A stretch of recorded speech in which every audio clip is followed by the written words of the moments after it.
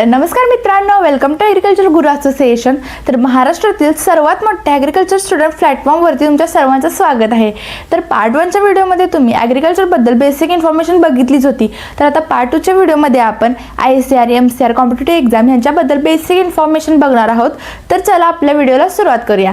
पहिल्यांदा MCRच्या ॲडमिशन प्रोसेसपासून सुरुवात करूया। MCRमध्ये ॲडमिशन घेतल्यानंतर 70% हा स्टेट कोटा असतो, तसेच 30% हा अदर स्टेट कोटा असतो। त्याचबरोबर MCRमध्ये ॲडमिशन घेतल्यानंतर मेरिट कशाच्या बेसिसवर लागतं, तर MCRमध्ये ॲडमिशन घेतल्यानंतर मेरिट हे 12वीच्या PCB, PCM त्याचबरोबर ॲग्रिकल्चरचे मार्क्स आणि जसेच तुमचे जे काही CETचे मार्क्स आहेत त्याचे टोटल केल्यानंतर जे काही तुमचे मार्क्स येतात त्याच्या बेसिसवरती तुमचं मेरिट लागतं। MCRच्या ॲडमिशनच्या प्रोसेस वेळेस तुम्हाला हे डॉक्युमेंट गरजेचे आहेत, जसं की डोमासाईल आहे, EWS आहे, NTOBCचे कास्ट सर्टिफिकेट आहेत, कास्ट व्हॅलिडिटी आहे, त्याचबरोबर तुमची HSCची मार्कशीट। तर ही होती MCR बद्दलची बेसिक इन्फॉर्मेशन। तर ICAR बद्दलची बेसिक इन्फॉर्मेशन पाहूया। ICAR थ्रू ज्या काही एक्झाम्स कंडक्ट केल्या जातात त्या NTA थ्रू कंडक्ट केल्या जातात आणि त्याचबरोबर ICAR नंतर आपल्याला ॲग्रिकल्चरच्या ज्या काही टॉप युनिव्हर्सिटीज आहेत तिथे आपल्याला ॲडमिशन भेटणार आहे, जसं की पंजाब ॲग्रिकल्चर युनिव्हर्सिटी आहे, doctor PDKV Akola agriculture university आहे, त्याचबरोबर MPKV राहुरी आहे, दापोली युनिव्हर्सिटी आहेत। या टॉप ॲग्रिकल्चर युनिव्हर्सिटीजमध्ये आपल्याला ॲडमिशन भेटून जाणार आहे। तर आतापर्यंत आपण MCR आणि ICAR बद्दल इन्फॉर्मेशन बघितली। तर आता आपण कॉम्पिटिटिव्ह एक्झाम बद्दल इन्फॉर्मेशन बघूया।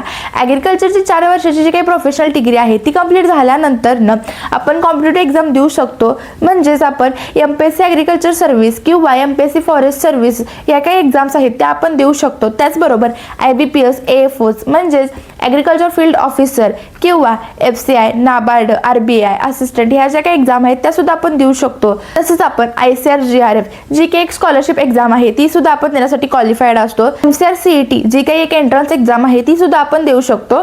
तर ॲग्रिकल्चरमध्ये जे काही गव्हर्नमेंट डिपार्टमेंट आहे त्या थ्रू सुद्धा एक्झाम घेतल्या जातात, जसे की कृषी सेवक आहे, ॲग्रिकल्चर असिस्टंट ऑफिसर आहेत, या सुद्धा एक्झामसाठी आपण क्वालिफाईड असतो। तर आतापर्यंत आपण पूर्ण व्हिडिओमध्ये MCR, ICAR कॉम्पिटिटिव्ह एक्झाम बद्दल बेसिक इन्फॉर्मेशन पाहिली।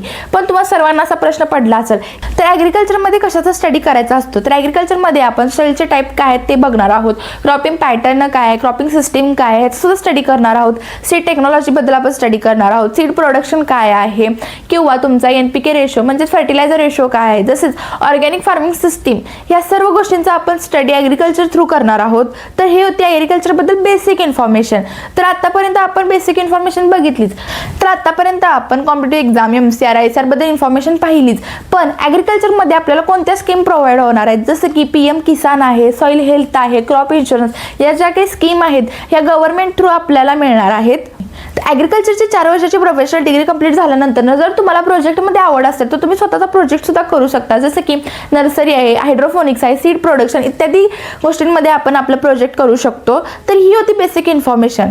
तर मित्रांनो, ही होती ॲग्रिकल्चर एज्युकेशन पासून MCR, ICAR कॉम्पिटिटिव्ह एक्झाम पर्यंतची संपूर्ण माहिती। मित्रांनो, या व्हिडिओमध्ये आपण ॲग्रिकल्चर एज्युकेशन पासून MCR, ICAR त्याचबरोबर कॉम्पिटिटिव्ह एक्झाम पर्यंतचे जे काही संपूर्ण मार्गदर्शन पाहिले।